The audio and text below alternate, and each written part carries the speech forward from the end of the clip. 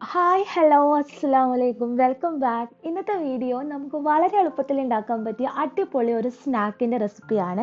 Evening സ്നാക്കായിട്ടോ അല്ലെങ്കിൽ പാർട്ടിയിലേക്കുള്ള സ്നാക്കായിട്ടോ എല്ലാം നമുക്കിത് ഉണ്ടാക്കാവുന്നതേ ഉള്ളൂ. അപ്പോൾ അതെങ്ങനെയാണ് ഉണ്ടാക്കുകയെന്ന് നോക്കുക. അതിനായിട്ട് ആദ്യം കുറച്ച് സൺഫ്ലവർ ഓയിൽ ഒരു പാനിലേക്ക് ഒഴിച്ച് കൊടുക്കുന്നുണ്ട്. എന്നിട്ട് അതിലേക്ക് ഒരു 2 വെളുത്തുള്ളി, ചെറിയ കഷ്ണം ഇഞ്ചി, ഒരു 2 പച്ചമുളക് ചതച്ചത് ചേർത്ത് കൊടുക്കാം. എന്നിട്ട് അത് 1 മിനിറ്റ് ഒന്ന് വഴറ്റിയതിന് ശേഷം അതിലേക്ക് ഒരു മീഡിയം സൈസ് സവാള ചെറുതാക്കി അരിഞ്ഞതാണ് അതും കൂടി ഇട്ട് കൊടുത്ത് നന്നായിട്ടൊന്ന് വഴറ്റിയെടുക്കാം. അതിലേക്ക് ഒരു പിഞ്ച് ഉപ്പ് ചേർക്കുന്നുണ്ട്. നമ്മൾ ചിക്കനാണ് ഇതിനകത്ത് ചേർക്കുന്നത്. അപ്പോൾ അതിൽ കുറച്ച് ഉപ്പുള്ളത് കാരണം പിഞ്ചേ ചേർത്ത് കൊടുക്കുന്നുള്ളൂ. പിന്നീട് അതിലേക്ക് ഉപ്പും മഞ്ഞൾപ്പൊടി ഇട്ട് വേവിച്ച ചിക്കൻ കൈ കൊണ്ടൊന്നിങ്ങനെ പിച്ചിട്ടത് ഇട്ട് കൊടുക്കാം. എന്നിട്ട് 2 മിനിറ്റ് വഴറ്റിയതിന് ശേഷം അതിലേക്ക് കുറച്ച് പൊടികൾ ആഡ് ചെയ്ത് കൊടുക്കാം. 1/4 ടീസ്പൂണോളം മഞ്ഞൾപ്പൊടി, 1/2 ടീസ്പൂണോളം പാപ്രിക്ക അല്ലെങ്കിൽ കാശ്മീരി ചില്ലി ചേർത്ത് കൊടുക്കാം. ഒരു 1/2 ടീസ്പൂണോളം തന്നെ ഗരം മസാലയോ അല്ലെങ്കിൽ അറബിക് മസാലയോ ചേർത്ത് കൊടുത്ത് പൊടികളുടെ ഒന്ന് ചെറുതായിട്ട് പച്ചമണം ഒന്ന് കളയാം. എന്നിട്ട് അതിലേക്ക് കുറച്ച് മല്ലിയിലയും കൂടി ഇട്ട് കൊടുത്തിട്ട് നമ്മുടെ ഫില്ലിങ് റെഡി ആയിട്ടുണ്ട് കേട്ടോ. ഇപ്പം നിങ്ങൾക്ക് ചിക്കൻ അല്ലെങ്കിൽ മുട്ട ചിക്കിയത് ചേർത്ത് കൊടുത്താലും നല്ല ടേസ്റ്റ് തന്നെയാണ്. പിന്നീട് വേണ്ടത് നമുക്ക് ബ്രെഡാണ്. അതിൻ്റെ സൈഡ് വശമൊക്കെ ഒന്ന് കളഞ്ഞെടുക്കാം.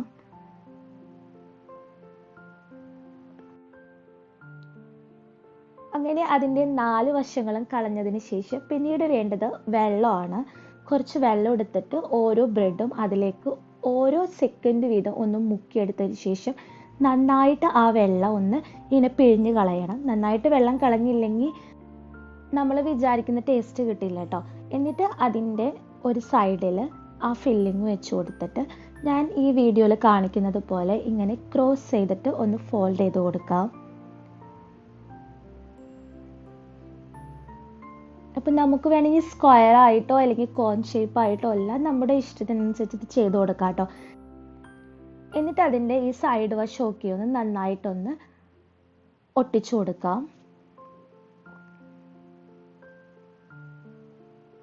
അപ്പോൾ വെള്ളത്തിൽ മുക്കിയേക്കുന്നതുകൊണ്ട് തന്നെ നന്നായിട്ട് തന്നെ ഒട്ടിയിരുന്നോളൂ കേട്ടോ. അപ്പോൾ ഈ ഒരു ഷേപ്പിൽ കിട്ടും. എന്നിട്ട് അപ്പോൾ തന്നെ കുറച്ച് മൈദപ്പൊടിയിലൊന്ന് കോട്ട് ചെയ്തെടുക്കാം. എന്നിട്ട് എല്ലാനും അതുപോലെ തന്നെ കോട്ട് ചെയ്ത് മാറ്റി വയ്ക്കാം. അപ്പോൾ ഞാനിവിടെ എല്ലാനും അങ്ങനെ ആക്കി വെച്ചിട്ടുണ്ട് കേട്ടോ. പിന്നീട് വേണ്ടത് കോൺഫ്ലേക്സ് ആണ്. അപ്പോൾ നമ്മുടെ കയ്യിൽ കോൺഫ്ലേക്സ് ഇല്ലെങ്കിൽ ബ്രെഡ് ക്രംസ് ഉപയോഗിച്ചാൽ മതി, ഒരു കുഴപ്പവുമില്ല. കോൺഫ്ലേക്സ് ആണ് എടുക്കുന്നതെങ്കിൽ അത് കൈകൊണ്ട് നന്നായിട്ടൊന്ന് പൊടിച്ചെടുത്തിട്ടും വരാം. പിന്നീട് വേണ്ടത് മൈദയും കോൺഫ്ലോറും പിന്നെ കുറച്ച് ഉപ്പും വെള്ളത്തിൽ മിക്സ് ചെയ്തതാണ്. എന്നിട്ട് അതിലേക്ക് നമ്മൾ നേരത്തെ ആക്കി വെച്ച ആ ബ്രെഡ് ഉണ്ടല്ലോ അതൊന്ന് മുക്കിയെടുക്കാം കേട്ടോ. എന്നിട്ട് കോൺഫ്ലേക്സിലൊന്ന് കോട്ട് ചെയ്തെടുക്കാം. ബ്രെഡ് ക്രംസിൽ ചെയ്യുകയാണെങ്കിൽ അതും ടേസ്റ്റിലൊന്നും ഒരു വ്യത്യാസം വരില്ല. അപ്പോൾ കോൺഫ്ലേക്സ് ആകുമ്പോൾ കുറച്ചും കൂടി ഒന്ന് കാണാനൊന്നൊരു വെറൈറ്റിക്കാണ്, ഇത് മാത്രമേ ഉള്ളൂ. അങ്ങനെ എല്ലാം ഞാൻ കോട്ട് ചെയ്തെടുത്തിട്ടുണ്ട് കേട്ടോ. ഇനി നമുക്കിത് ഫ്രൈ ചെയ്യണം. അതിനായിട്ട് ആവശ്യത്തിലധികം തന്നെ കുറച്ച് ഓയിലൊന്ന് ഒഴിച്ചു കൊടുക്കാം. എന്നിട്ട് ഓരോന്നും നമുക്ക് പൊരിച്ചെടുക്കാം.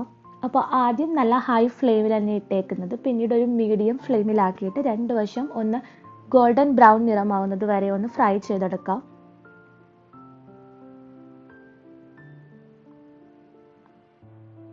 അപ്പം നല്ല കാണാനും കഴിക്കാനും എല്ലാം നല്ല അടിപൊളിയായിട്ടുള്ള സ്നാക്ക് ഇങ്ങനെ ചെയ്താൽ നമുക്ക് കിട്ടുന്നതാണ്. അതുപോലെ തന്നെ ബാക്കിയുള്ളതെല്ലാം നമുക്ക് ഫ്രൈ ചെയ്തെടുക്കാം. അങ്ങനെ നമുക്ക് ഈവനിങ് സ്നാക്ക് ആയിട്ടോ അല്ലെങ്കിൽ പാർട്ടിയിലേക്കൊക്കെ ആയിട്ട് എല്ലാം ഉണ്ടാക്കാൻ പറ്റിയ അടിപൊളി ടേസ്റ്റും അതുപോലെ തന്നെ ഒരു വെറൈറ്റി സ്നാക്കാണ്. അപ്പോൾ എല്ലാവരും ട്രൈ ചെയ്ത് നോക്കുക, ഫീഡ്ബാക്ക് അറിയിക്കുക.